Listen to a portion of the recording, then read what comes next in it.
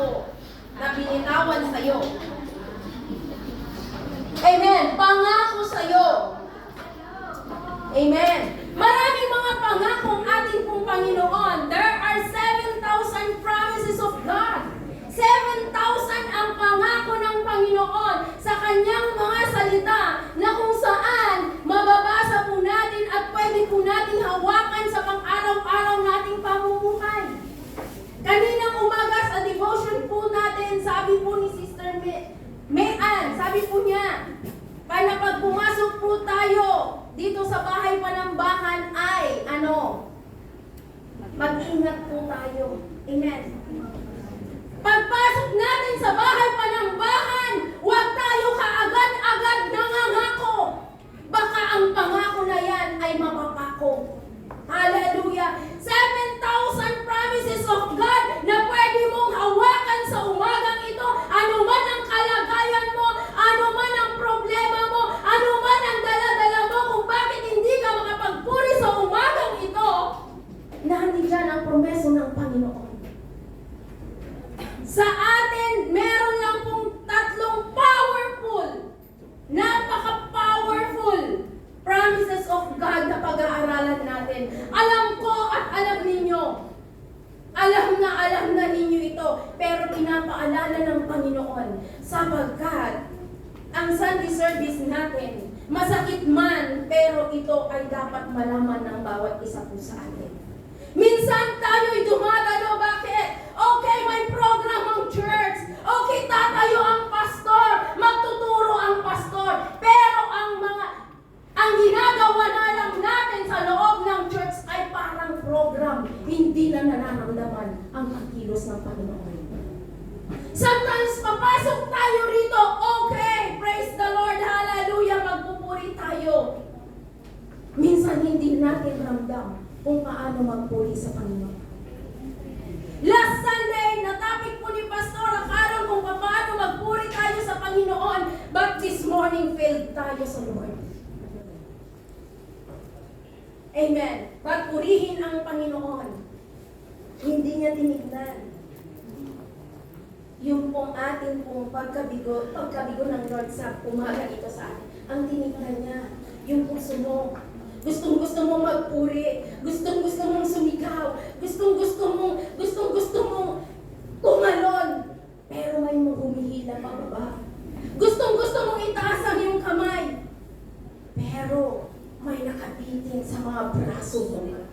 So umagang ito, papag-aralan natin yan kung bakit hindi ka makapagpuri. Hallelujah! Ang sabi po ng ating pong teksto sa Joshua chapter 21 verse 41, sabi po niya, not one of all the Lord's good promises to Israel is failed. Everyone was fulfilled. Sa Tagalog, sabi po niya, tinupad ni Yahweh ang lahat ng ipinangako niya sa sambayan ng Israel. Amen. Lahat ng pangakong binibitawan ng Panginoon, lahat ng pangako na nasulat sa kanyang salita, lahat na nasulat sa magandang balita sa iyong Biblia na hawak mo, sa cellphone na hawak mo, ay tinutupad ng Panginoon. Wala ni minsan ang hindi niya tinupad sapagkat sabi po niya, ano nga ba ang pangako? Amen. Sabi po niya, ang pangako ay isang salita na dapat mong tuparin at kung sino ang una mong pinangakuhan, iyon ang susundin mo. Kahit na ano pa ang kasabay nito, basta kailangan mong tuparin ang iyong mga sinabi. Pag sinabi mo, amen, yun ang pangako. Ibig sabihin, ang pangako isang salita. Amen. Ang pangako ng Diyos ay isinulat sa kanyang banal na aklat. Maraming pangako rito, 7,000, sabi po natin ang pangako po dito. Ang lahat ng na-memorize mo, pangako ng Panginoon niya. Anong sabi ng Panginoon po sa atin? Maraming mga pangako. Pag ikaw ay nandulupay-pay, sasabihin mo sa iyong sarili, Lord, pangako pangako mo sa akin, hindi mo ako iiwan. Hindi mo ako pababayaan. Hebrew 13:5. Lord, sabi mo, hahawakan mo ako. Yes, hindi ka niya pinabayaan. Yes, hindi ka niya binitawan. Sinong bumibitaw? Amen. Si Doc daw, bumitaw. But praise the Lord, bumitaw man si Doc. Tiridok po. Bumitaw man si Tiridok sa mga pagsubok sa buhay niya. Pero, hindi siya umalis ng church. Nanatili siya. Amen. Every time na pumapasok siya sa loob ng church, may ginagawa ang Panginoon sa mga nangyayari sa buhay niya. Kaya kahit bumitaw siya, hawak pa rin siya ng Panginoon hanggang ngayon. Hallelujah. Tignan po natin yung task niya sa loob ng church. Hallelujah. Kahit naka-heels yan. Kahit naka-Korean dress yan. Mga kapatid, Nagluluto hindi yan. niya inaalintana yung tatakbuhin niya sa likod. Hindi niya aalintanahin kung siya'y madadapa, madudulas. Bakit? Sabi nga niya, minsan na siyang bumitaw. Bumitaw nga siya, pero anong ginawa ng Lord? May sumalo. Sinalo ng Lord! Amen! May sumalo sapagkat ang Diyos na buhay na kanyang tinanggap bilang Diyos at tagapagligtas, siya ang sumalo sa kanya. Amen. Ganon ang ginagawa ng Diyos sa buhay po natin. Kahit tayo ay madapa, kahit tayo ay bumitaw, ang Diyos hindi kanya binibitawan. Pangako niya yun eh. Pangako sa'yo, ipaglalaban ko. Ipinaglaban ka ng Diyos. Amen. Hanggang sa dulo ng hallelujah. Amen. Pangako sa'yo, sabi ng Lord, ipaglalaban ka niya hanggang sa kamatayan. Do you believe? Amen. Na ang Diyos ipinaglaban ka niya hanggang sa dulo ng kamatayan. Yes, finish. Yes! Yes, finish already. Tama! Amen! Bakit ibinigay ng Lord yung mga pangako niya sa atin? Kaya ibinigay ng Lord yung pangako niya sa bawat isa sa atin para tayo'y magtiwala sa Kanya. Bakit every now and then nababanggit ang tiwala? Bakit every now and then kailangan nakalakip ang faith? Kapatid, kung wala tayong tiwala sa Panginoon, huwag na tayong mag-church. Useless yung pagpunta natin ng church if wala tayong tiwala sa Panginoon. Para lang tayong dekorasyon sa upuan. Masakit pero totoo. Amen. Kaya't laging nababanggit ang salitang trust. Kaya't laging nababanggit ang magtiwala ka. Kasi may purpose ang Lord doon sa pangakong 7,000 na pangako na yan na magtitiwala tayo sa Panginoon. Kaya ibinigay niya yan. Kaya ibinigay niya sa iyo. Kulang na lamang. Alam niyo po ba, sabi po natin, kulang na lamang na pag tayo'y kumakain, pag pinapakain tayo ng salita ng Diyos, kulang na lamang na tayo'y inguyahan ng Lord at lulunukin na lang natin. Ginagagawin ng Lord yun. Para lang tayo'y manatili sa Kanyang presensya. Pero bakit hinahayaan ng Panginoon ng iba'y nagdurusa?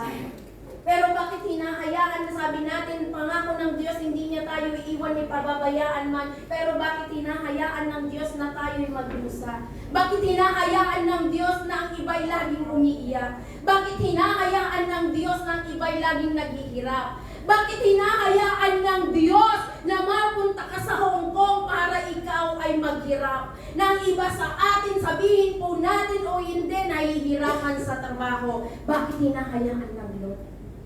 Ang pangako ng Panginoon, hawakan mo lamang at magtiwala ka. Ang sabi po niya, hindi kanya dinala dito sa Hong Kong para pabayaan ka. Ang ginagawa ng Panginoon, bago ka pa lamang ilagay sa sitwasyon mo na yan, kasama mo na at may ginawa na ang Panginoon. Amen. Hindi mo lang nakikita, amen. Hindi mo lang nakikita yung ginawa ng Panginoon. Bakit?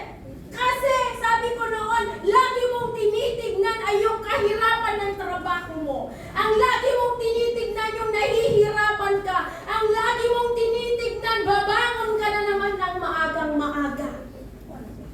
iniisip mo. Nakalimutan mo na pagdating ng katapusan,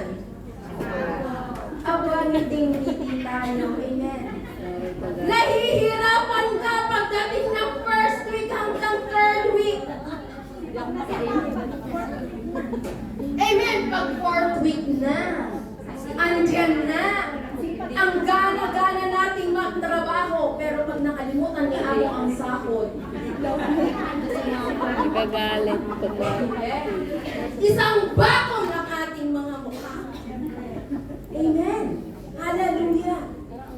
Kung kailangan ko yung pera, di ba't ang tinatawagan mo, Lord, please? Diba? Lord again, sa lahat, bawat kibot mo, Panginoon, bawat kibot po natin, Panginoon, alalahanin po natin na ang pangako ng Diyos hindi napapago. Na pag sinabi natin na maaga tayong dadalo sa church, na pag sinabi natin mag-church ako, na pag sinabi natin maglilingkod ako sa Diyos, maglilingkod tayo. Kumusta na nga ba yung first love natin sa Lord? Amen. Kumusta yung first love natin sa Lord? Amen. Love pa rin in good and bad times. Tumatagilid ba? Tumitibok-tibok? Hallelujah. Kapatid, ikaw lang ang makakasagot kung Yes. kumusta yung first love mo sa Lord. Amen. Amen. Matatakang natin yan at the end. Kung bakit nanlalamig na yung pangako mo sa Panginoon. Kung bakit yung pangako mo sa Panginoon ay tila yata nakakalimutan mo na. Na yung pangako mo sa Panginoon, hindi lamang po ang Panginoon ang nangako sa atin, kundi tayo rin ay nangako sa Lord. Amen. Magmula nung tanggapin natin bilang Diyos at tagapagligtas natin ang Panginoon, nung unang tanggapin natin ang Lord, sabi po natin, I have decided to follow Jesus, no turning back, no turning back. Ba't ngayon turning back kayo ng turning back? I have decided to follow Jesus. Sabi niya, kahit wala nang sasama sa akin, still I will follow. Bakit pag wala ka nang kasamang pumunta ng church, wala akong kasamang pumunta ng church, ang layo-layo, nag-turn back ka na naman.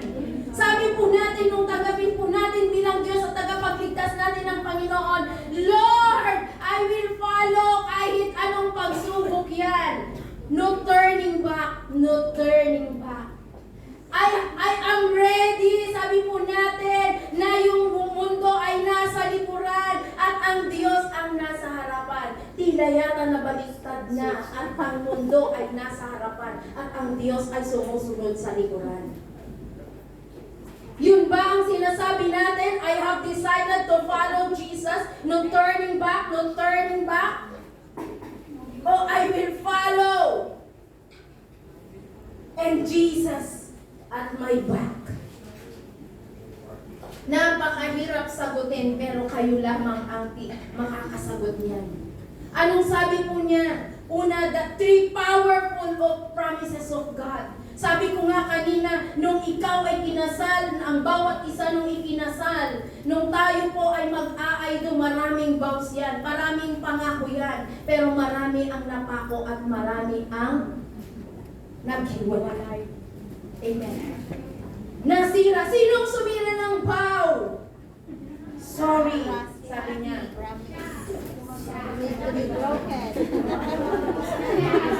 Oh, sabi po ni Sister Vivian, vows are made to be broken. Sabi ni Doc Trulala. Hallelujah. Sabi po natin, totoo po yun. Marami pong ikinakasal na naghihiwalay. Marami po ngayon usong-uso sa Pilipinas ang annulment, ang divorce. Amen. Ang annulment, alam niyo kung magkano? 300,000 na ngayon. Acceptance fee, 150.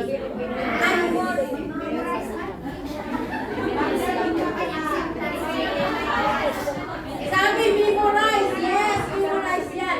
150 acceptance fee. Sino? Ha,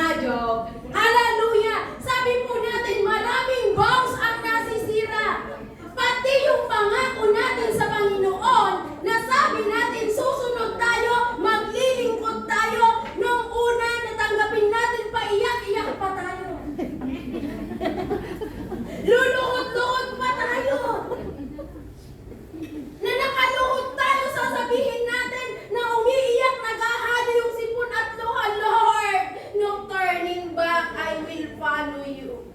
Nasaan na yung luha na tumulong? Dumating si Bagyo.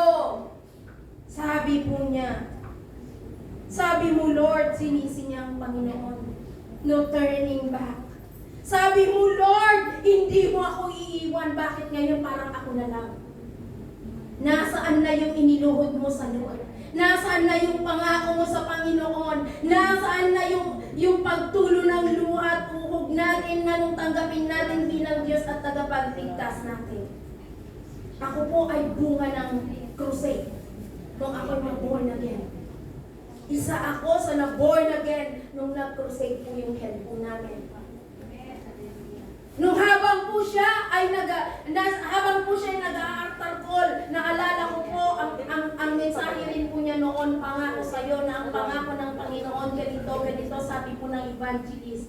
Nung ako po hindi ko namamalayan, that was September 8, 1988. Nung sabi ko, nung ako po tanggapin ko bilang Diyos at tagapagligtas ang Panginoon, hindi ko namamalayan ang sarili ko. Nandoon na ako sa harap at nakataas ang kamay at isa ako sa lungkot na sinabi ko, Lord, I have decided to follow Jesus.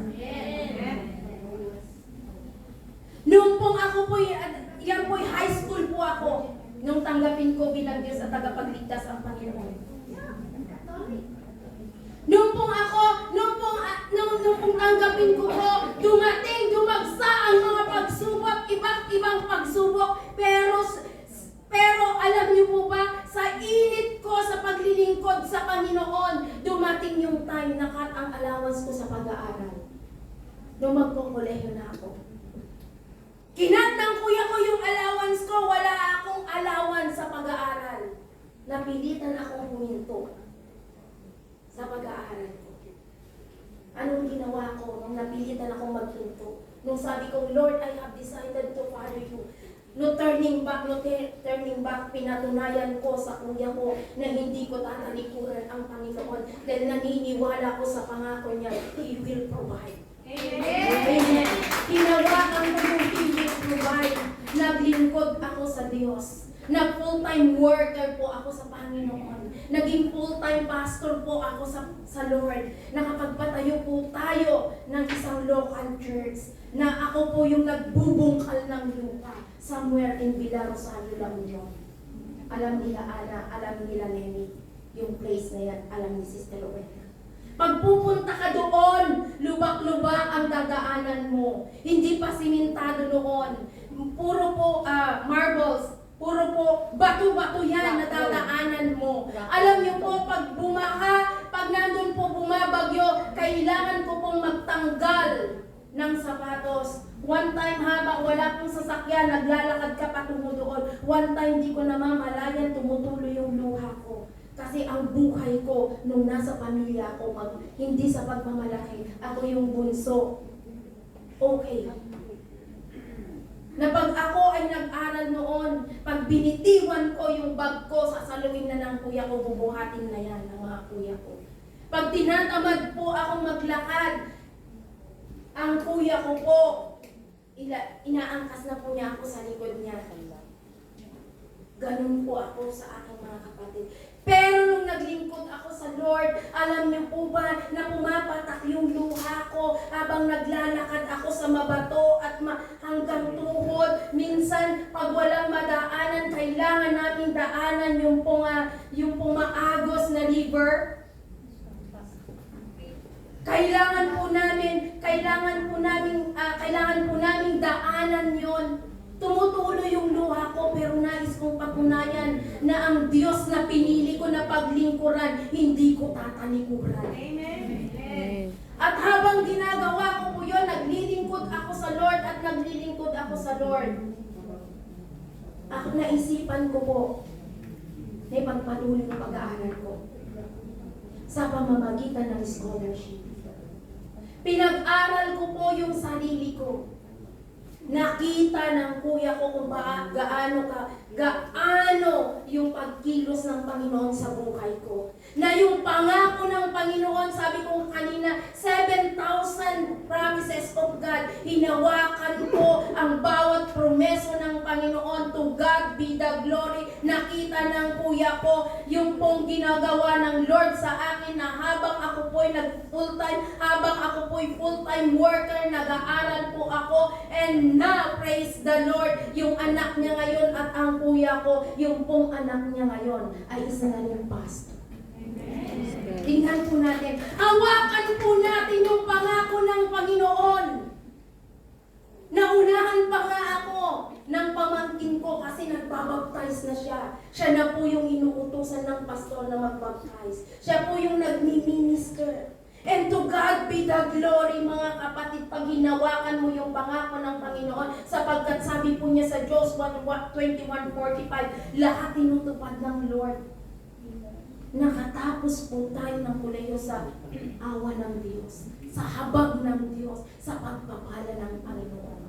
Scholar with allowance. Imagine yung provision ng Lord. Kung hahawakan mo yan, ngayon sa atin, hindi lang tayo makasahod ng isang linggo na delay yung ating mga sahod. Delay yung mga sahod natin na kasimangot na tayo sa Lord. Lord! Nasaan na yung sahod ko? Sasabihin natin, Lord, nasaan ang hustisya? Diba? Napakaliit na bagay lamang pero yun na ang nagiging dahilan na hindi na natin nakakalimutan natin yung pangako ng Panginoon. Yung promeso ng Panginoon. Unang very powerful na promise of God. The birth of Jesus. Isa sa pinaka-powerful na pangako ng Panginoon ay yung kapanganakan ni Jesus. Ano nga ba ang naroroon sa kapanganakan ng Panginoong Jesucristo? Katatapos ng Christmas, Pastor, Christmas na naman. Hallelujah! Ano nga ba ang nakapaloob? O ano nga ba ang purpose? Alam ko at alam ng bawat isa po sa atin na kung gaano ka-powerful yung birth of Jesus Christ. Sapagkat anong sabi po niya sa Isaiah chapter 9 verse 6? For to us a child is born, to us son is given, and the government shall be upon his shoulder, and his name shall be called Wonderful, Counselor, Mighty God, Everlasting Father, and Prince of Peace. Yun ang pangalan na isinilang sa sabsaban. Amen. Bakit anong purpose niya na ibinigay niya yung Wonderful Counselor, Mighty God, Everlasting Father, at saka Prince of Peace? Anong purpose po niya? Amen. Ang purpose po niya ano? John 3:16. Alalahanin po natin yung John 3:16. Ang meaning po at purpose po ng ating pong Panginoon, sabi po niya, Jesus Christ has to be born to remove the sin of human, though a perfect sacrifice. Diba? Tingnan na po natin, bakit ang purpose ng kanyang kapanganakan para siya ay i-sacrifice, para siya ay ipinanganak pa nga ron. Amen. Amen. Nga ron. Amen. Tignan po natin. Tignan po natin sa John 3:16. Sino ang nakakalam sa John 3:16? Yes, Forgive us the only begotten Son. Lakasan pa natin! For God so loved the world, who give us the... For God so loved the world, who give us the Paano tayo hahayo kung John 3:16 din natin alam? Hallelujah!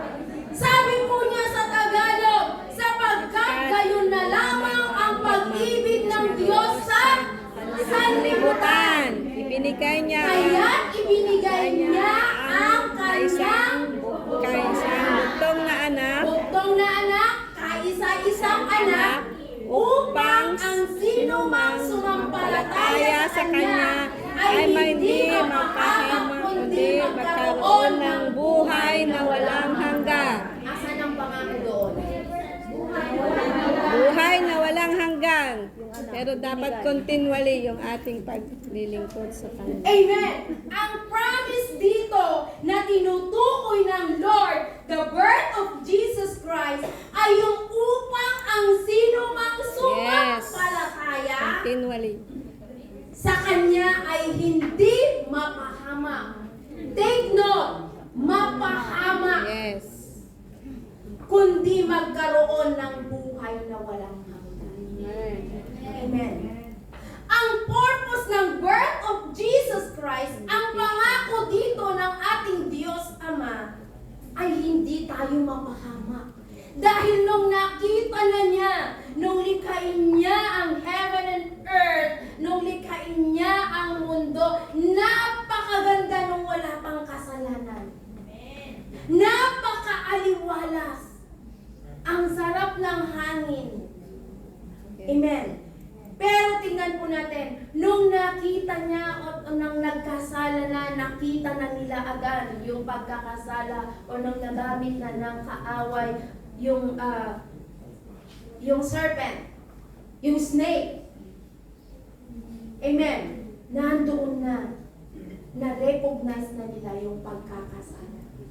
At nung nakita ng Panginoon na patuloy yung kasalanan, anong ginawa niya? Kailangan may maipanganak. At siya ang tutubos sa ating mga kasalanan. Amen. Kailangan may isang ipanganak para may tutubos sa ating mga kasalanan.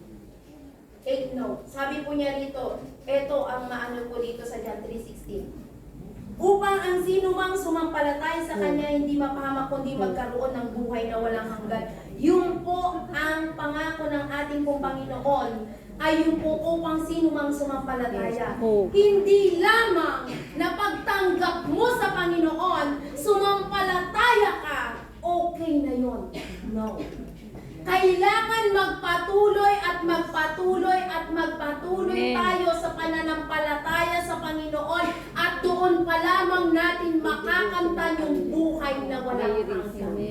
Amen. Hindi ibig sabihin na pag tinanggap mo siya bilang Diyos at tagapagligtas, okay na yon kahit hindi ka na mag-church. No. Sinong papasok ay sinong mag-i-enroll sa eskwelahan na pagkasulat ng pangalan mo, pagka-enroll mo doon sa eskwelahan at isinulat sa record book ang iyong pangalan tapos hindi ka na dumadalo. Ipapasa ka ba? O nasaan nandun ka pa rin ba? Kasali ka pa rin ba sa classroom? Hindi na right? Buburahin na ng teacher yung pangalan mo sa class record kasi hindi ka pumapasok sa klase. Ganon ang pagtanggap sa Panginoon. Amen. Once na tinanggap mo ang Panginoon, para kang nag-enroll sa eskwelahan, na kailangan mo magpatuloy ng magpatuloy upang sa ganon, kung ano man yung degree na nais mo, matapos mo yon hanggang wakas, na kahit anong pagsubok, hirap ng gagawin mo, para lang makatapos ka sa pag-aaral, pagdadaanan mo yun. Ganon ang pagtanggap sa Panginoon. Ganon ang sumampalataya sa Kanya upang magkaroon ng buhay na walang hanggan. Amen. Amen. Sige lang ng sige hanggang makamtan mo at magkaroon ka ng buhay na walang hanggan, kapatid. Kaya nga sabi nila, kokonti ang pumapasok doon sa makipot na daan kaysa sa maluwag na daan. Bakit? Marami tayong mga luggages. Marami tayong mga daladalang backpack. Marami tayong mga lalo na sa atin pag nag-day off tayo, marami tayong dalahin. Parang yun ang pagpasok sa kalangitan sa kaharian ng Panginoon. Na pag Sunday, kanina na lang dami kong dala. Di ba ang hirap pumasok doon sa MTR, lalo na pag marami pong tao. Ganon kahirap, ganon ang pagpunta sa kaharian ng Panginoon. Hindi basta-basta na nung ikaw ay mag-decide na tanggapin mo bilang Diyos at tagapagligtas mo, na sabi ko kanina, umiyak ka pa, umagulgul ka pa, nagtaas ka pa ng kamay. Tama, kapatid. Pero marami ka pang pagdadaanan. Marami pang mga pagsubok yan.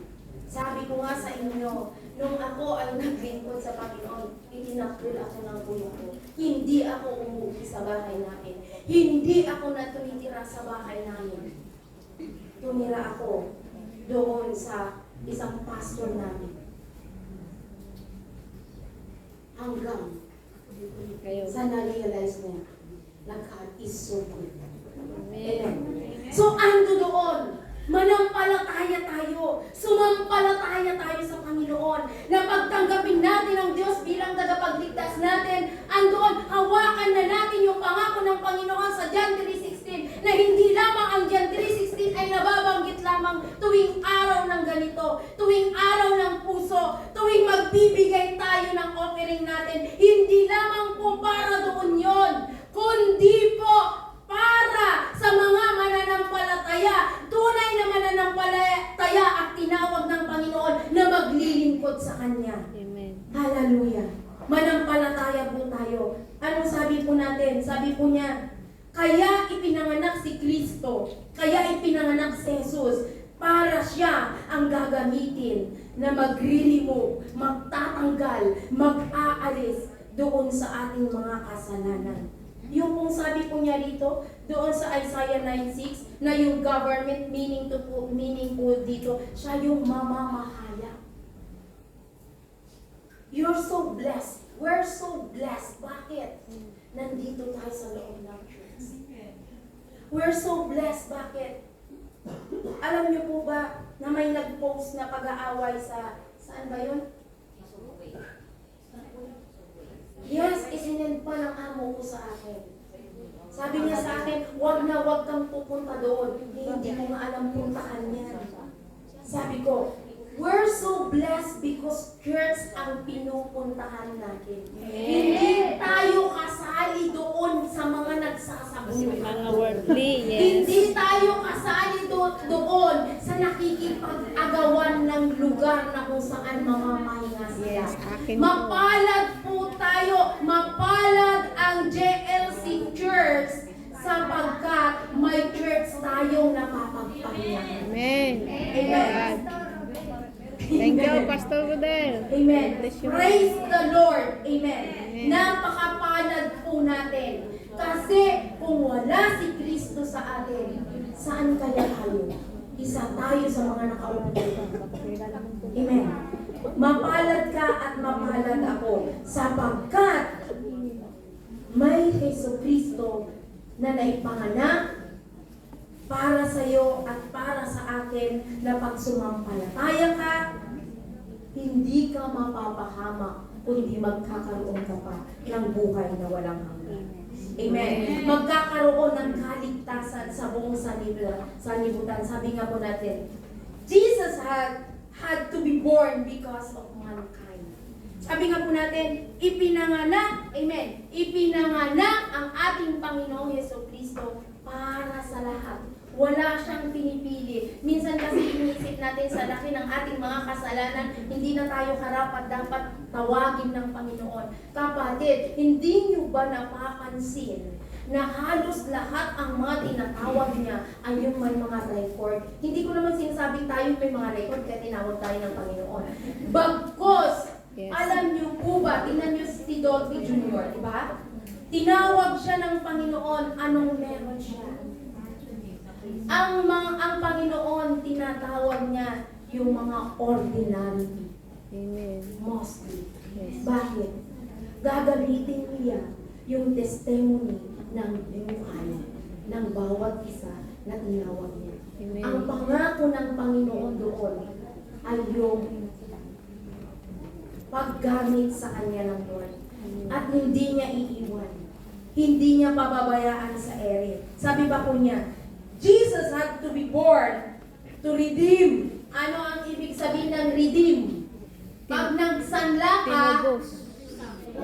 Tinubos Amen. niya tayo. siya yung kaya ipinanganak ang ating Panginoong Jesucristo para tubusin ka, tubusin ako, tubusin tayong lahat. Bakit? Nakasanla tayo.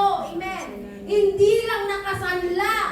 Bagkos, amen, pag walang tutubos sa atin, Impyerno. hindi natin makakamtan yung buhay na walang hanggan. Amen. But to God be the glory sapagkat may ipinanganak sa sabsaban, may ipinanganak doon po sa ordinary place na yung ipinanganak na yon, mga kapatid, siya yung tutubos sa iyo at tutubos sa akin. Holy Week is fast approaching. Malapit na naman yung ating pag-alala sa pagkapako ng ating pong Panginoon. Pero sino sa atin na every Holy Week lang naaalala yung ginawa ng ating pong Panginoon sa krus ng Kalbaryo? Amen. Dapat po natin alalahanin lagi. Dapat po natin alalahanin lagi na mayroong Diyos, mayroong Jesucristo na ipanganak, meron ding tutubos. At ang pangalawa, ang sabi po natin dito, ang sabi po niya dito sa pangalawa na ating pag-aaralan, sabi po niya, the death and resurrection of Christ. Second powerful promise of God. Nung ipinanganak siya, ipinangako ng Panginoon na bibigyan ka ang lahat ng sumampalataya, John 3:16, bibigyan ka ng buhay na walang hanggan. Ang pangalawa sa pinaka-powerful na pangako ng ating pong Panginoon ay yung pong kanyang kamatayan at pagkabuhay na muli. Bakit siya namatay?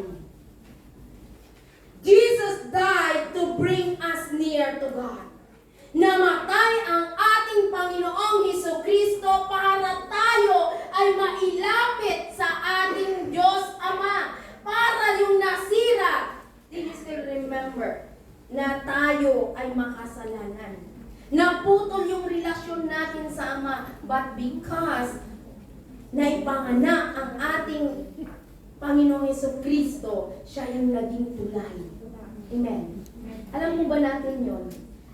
Alam ko at alam ng bawat isa po sa atin na siya ang naging bridge para tayo ay patuloy na makalapit at makalapit sa ating Diyos Ama. Jesus died to bring us near to God. Amen. Anong sabi po niya sa 1 Peter chapter 3 verse 18? Sabi po niya, sapagkat si Jesucristo na walang kasalanan ay namatay ng minsan para sa inyo, para sa akin, na sa mga kasalanan natin, upang iharap kayo sa Diyos. Siya ay pinatay sa laman at muling nabuhay sa Espiritu. Amen. Amen. Dito sabi po niya dito sa 1 Peter 3:18. Ito po yung sabi po niya na tayo po ay napakalayo, but because Jesus died on the cross, nandoon po na yung lumapit po or napakadali na natin yung access po natin, kumbaga sa wifi, nakakabit kayo dito sa wifi ng church. Ganun po yung relasyon natin sa ating pong Diyos Ama ngayon. Napakalapit na natin. Napakalapit na natin sa ating pong Panginoon, sa ating Diyos Ama. Ano pa pong sabi po niya doon sa 1 John na tingnan po natin. O, sinong may kabisado dito? Sa 1 John 1:7 to 9. O, anong sabi po niya sa 1 John? The word is Amen. 1 John. Anong sabi po natin? If we confess our sins, kung babasahin na po natin 1 John 1:7. Ang 1 John 1:7 po ay halos parehas po doon. Doon po sa ating pong dito lang po, hanapin ko po para makita po natin. Sabi po niya dito sa 1 John 1:7 hanggang 9. Sabi niya, but we walk in the light as He Himself is in the light. We have fellowship with one another. The blood of Jesus, His Son, cleanses us. Amen. From all sins. If we have no sins, we are deceiving ourselves, and the truth is not in us. If we confess, verse 9, our sins, He is faithful, righteous to forgive our sins and to cleanse us from all unrighteousness. Napakaganda yung pangako ng Panginoon doon. Sabi niya, sa pangako po niya, if we confess our sins to God, we're forgiven. Amen. At lahat makakalimutan niya. Yun yung pangako, yun yung kadahilanan kung bakit may namatay sa krus ng Kalbaryo para mapatawad yung kasalanan natin. Para yung kasalanan natin mawala, ma-block out na. Anong sabi ni Pastor? Wala na siyang, sabi natin, Lord, sorry sa kasalanan ko. Pag ikinonfess mo yung kasalanan mo, mawawala na yan. Wala nang bisa. Hindi na niya yan maaalala. Amen. So, ang pangako ng Panginoon, by the blood of the Lord Jesus Christ, nung siya po ay ipapako sa krus ng Kalbaryo, marami siyang napagdaanan. Basahin po natin. Yun pong about sa crucifixion of the Lord Jesus Christ. Or basahin natin the death and the resurrection of Jesus Christ. Napakadami po doon. Napakadami pong mga verses po natin doon sa Mark 18:24. Luke 23:33, John 19:18, Matthew 27:35. Nandoon po lahat yan. Yung pong pagkamatay ng ating pong Panginoon. Kung titignan po natin, kung aalalahanin natin every first Sunday of the month, sinasabi po ng ating pong communion minister, alalahanin po natin yung pagkamatay ng ating Panginoon sa Panginoong Jesucristo doon sa krus ng Kalbaryo. At habang inaalala natin ang Panginoong Jesucristo, tignan po natin yung ginawa ng Panginoon. Siya ang nagbata. Siya ang dinuraan. Siya ang tinadyakan. Siya ang binutasan ng tagiliran. Siya ang lahat-lahat ng umako ng sanay para sa iyo at para sa akin. At ang pinakamasakit na every time na siya po ay lalatiguhin, ang latigo na ginamit, hindi ordinaryong latigo yan. Ang latigo na ginagamit may hope. At every time na ihahagupit sa kanya yun, sumasama ang laman. Every time na hahagupitin, sumasama ang laman. Kung kasama ka sa sino ang nagpapako sa krus, lahat tayo ay nagpapako sa krus ng Kalbaryo. Bakit? Tayo ay makasalanan. Kung yung kapanahunan na yun nandoon ka, isa ka sa magsasabing, crucify Him, crucify Him. Amen. But ang blessing doon ng pagkapako niya sa krus ng Kalbaryo, amen, ikaw at ako ay magkakaroon ng buhay na walang hanggan. Amen. Amen. Jesus died to reveal God's character. Ano yung character ng Diyos Ama? Mapagmahal ang Panginoon. Mapagmahal ang Diyos na at the cross we see. Habang nandoon tinitignan natin na nakapakong ating Panginoong Jesucristo doon sa krus ng Kalbaryo, nakita natin doon sa krus ng Kalbaryo na yun yung pagmamahal ng ating pong Panginoong Jesucristo. Hindi lang yung pagmamahal niya, kundi yung kasiguruhan ng ating kaligtasan at kalinisan ng ating mga kasalanan. Sino ang walang kasalanan? Batuhin ako. Sino ang walang kasalanan? Bumato. Hindi ba biblical yun? Nasabi niya, kung sino ang walang kasalanan sa babae, ito kumuha ng bato at ibato. But praise the Lord, walang kumuha. Bakit? They are admitting that all of them are sinners. This afternoon, all of us is sinner. But to God be the glory. Mayroong isang namatay sa krus ng Kalbaryo. May isang nagpakahirap na habang siya angkas or habang buhat-buhat yung krus, habang papunta na siya sa bundok ng Kalbaryo na ang tawag doon ay skull. Ang tawag doon ay napaka nakakatakot na lugar. Bakit? Kung titignan mo ang Panginoong Jesucristo, hindi mo siya mare-recognize dahil sa hampas, dahil sa mga sugat sa kanyang mukha.